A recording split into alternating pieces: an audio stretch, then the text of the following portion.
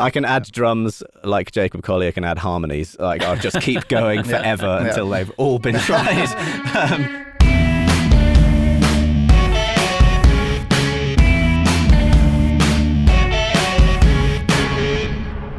This episode is being supported by Audiomovers, whose Listen To plugin has been a game changer for us at Take Notes. Get a month's free trial with the link in the description below. More from me in a bit. Here's the vocal without any of this pitchy stuff going on. I'm looking for love from everybody right now. I got this. So it still sounds a bit more like Howard, you know? Yeah. Did you re-record the vocals? Or did you? Is this still from that original demo session? I don't think we re-recorded these ones.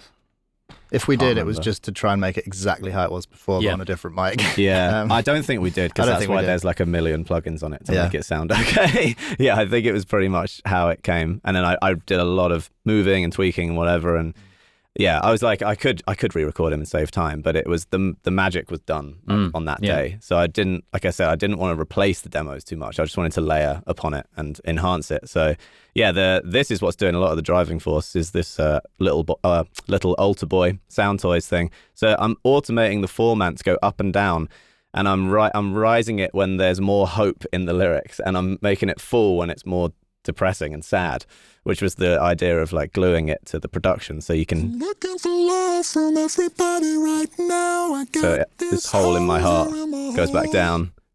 I've been drowning at the bottom, and I don't know how to come back up. Goes low again. I'm trying to pretend I turned it on. Turn it all around up. Can't float above it all. Tread some water, but I know that I'm still sinking like a cannonball. Down we go.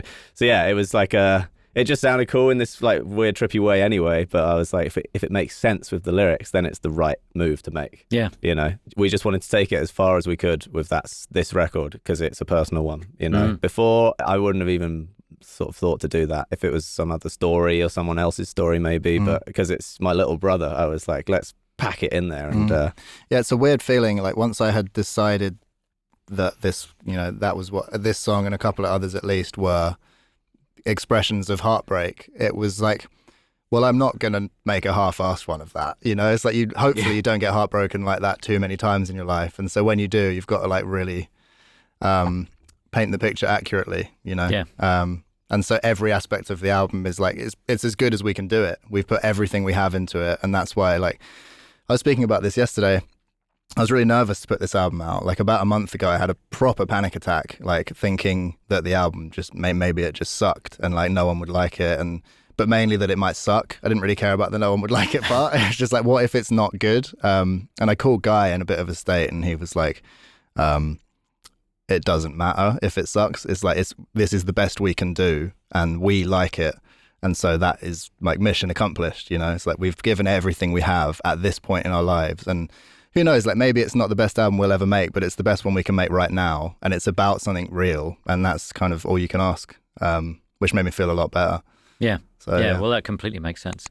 Did you link the production to other aspects of the melody and the song as well as the vocal lines? Well, I actually wrote I wrote a lot of this vocal line at the end, the ooze, which was, I guess, my melody that came out that felt right to do with the emotion of the song. I think we tweaked it a bit together, but I definitely started humming it and was like, that's my little contribution to that. Oh, because that's right, because we did the main part of the song was done in LA, and then the middle eight and the outro we did in London, like quite recently. The vocoder as well, I really think is a key part of the whole record. That also put Howard in this character. You know, there are some harmonies on the record, but it's mostly vocoder filling in the gaps to give it that I don't know what I want it to give it. It just fitted the character with that whole formant thing, pitching around, and yeah. I think that's one of my favorite parts of writing the album this time, was writing the MIDI for the vocoder parts. Yeah. That's just my favorite thing to do. I can do that all day, every day, and live a good life. Yeah,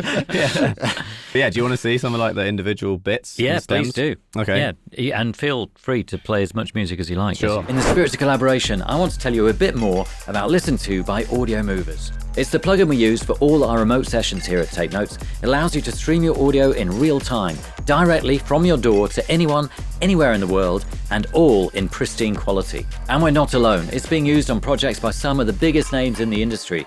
Everyone from Taylor Swift to Lil Nas X to Bring Me the Horizon. And we have a special offer for you. 1 month's free trial instead of the usual 2 days. Just visit audiomovers.com and use the promo code TakeNotes1 at checkout to get your free month and see what the fuss is all about. And now, on with the show. We've got the drums here, and I can sort of pick apart like what was already there from Howard's demo. So I think almost on every demo I got rid of the kick. That was one thing I was like, I'm going to redo the kick because the kicks were not living up to what we needed. Max. So, read all those. But a lot of the hi-hats and the rims and everything, which is all this blue stuff here, I just left that in because it was so part of the track. I thought if I leave it out, it's going to be too far from the demo. So that stuff all stayed, and I just layered it, made it wider, made it fatter. You know, they weren't really using many plugins either. You just put everything through the God particle 10 times. Yeah. And I specifically told them, I was like, don't put much effort into the drums because Guy will tear them apart. So there's no point. Yeah. But that gave it like a really cool of the moment vibe. I'm glad they didn't try too hard because it meant that they just picked a loop and we stuck with it. And it was like a limitation that was good. Here's some drums. So this is your new... That's the finished drums, yeah. I mean, and what was already there would be the hi-hats, this blue stuff here. So the drum fills like I mean, I would never pick that. Yeah, I wouldn't pick like a real snare with a ring. But again, it just gave it like a bit more of a personality and like a 2000s era. You know, that does sound like a tom fill that you just bash in on a sampler or something. So I was like, I'll just leave it. And then the kick drums and the rims and all this green stuff up here. I think that was me. Like just that was there already, but just getting the backbeat a bit more solidified and wide with the claps. Just getting that out there and crispy hi-hat. What's that? Yeah, it needed clarity. The main thing I was getting with all the demos is they were incredibly dead and like kind of just in a box. The idea was perfect and the music was so good. So I didn't mind listening to them over and over again. But yeah, it gave my brain a lot of space to think about what I was going to add before I started just throwing stuff at it randomly. So a lot of this stuff is, you know, maybe I thought about it for a month and then I was like, okay, I'll now commit to putting a triangle in because I really think it needs it, you know. Yeah. It wouldn't just be let's try that out, let's see what happens. And do you have a little triangle in there? You might not even notice it, but yeah, no, it's good. I remember this decision as well, Howard. You were like, we've got to put a carnival tambourine right at the end. This is like the last day before mastering. I was oh God, I haven't thought about that at all. Are you sure? I think it's because one of those weird things that happens as a musician, but I was listening to it the whole time and I thought there was a tambourine in there. And then when we looked at the project, I was like, where is that thing? And then I started listening closer and I was like, oh, there isn't one. There's one on every time round it goes like that at the end, which is nothing. So yeah, he just wanted it to go into lift off a bit more at the end. So yeah. And do you have a go-to way of creating your kick drum? Yes, yeah, I do. I pretty much always use this plugin, Big Kick, or Kick 2 as well, which is probably hidden and under here somewhere because I would have probably tried it out and then didn't use it. But that for me, that synthesizes the low end of the kick. So anywhere from like the big subby 808s that you want to achieve, like boom, that stuff you can do with it. But also if you want to just a really fast, like 2000s house, like Alan Brack's just like knocking, you know, like a 909 kick, it's really good at synthesizing that because a 909 kick and an 808 is just a synthesized kick. Like if you remove all the bends and the attack and everything, it's just a note going boom, and you know all the claps and stuff on those drum machines. It's just white noise being shaped. So I love to shape like that low end of the kick and then add acoustic kicks over the top to make it sound a bit more human and recognizable. When did you start using Big Kick? Because in the first album we definitely didn't use it. But I used the exact same process, but on Ultra Beat. Yeah. It has the same thing. You can just bend a sine wave and make a low end kick. And then I would add, like acoustic ones over the top. So there's this one here called Live Kick Layer. So that's got a hi-hat in there as well. That sounds like a drum kit, you're just tapping away, but you need that massive underneath it to make it. And that is Big Kick. That's Big Kick doing just that. So on its own, it sounds way too dry and way too just down the middle. But with that, it's like, you're suddenly in a room and you sound like a drummer. So I mean, that's quite sparse for me. Usually I'll probably use 3 layers on the kick. One that's doing a bit more of the knock, one that sounds a bit more like a pedal hitting the skin, and then maybe like one that's just noise, like around it, room noise, to make it sound a bit wider. But it was quite a busy song already, this one.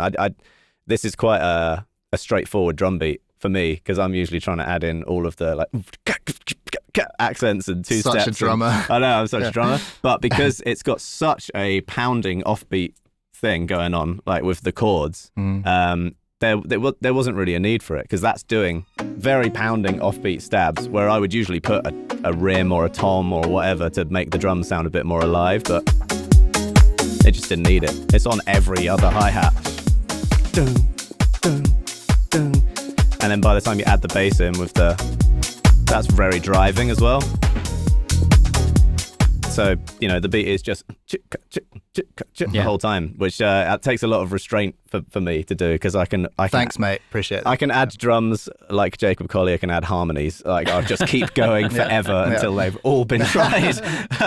So yeah, I really wanted to like stick to the demo, the ethos of the demo.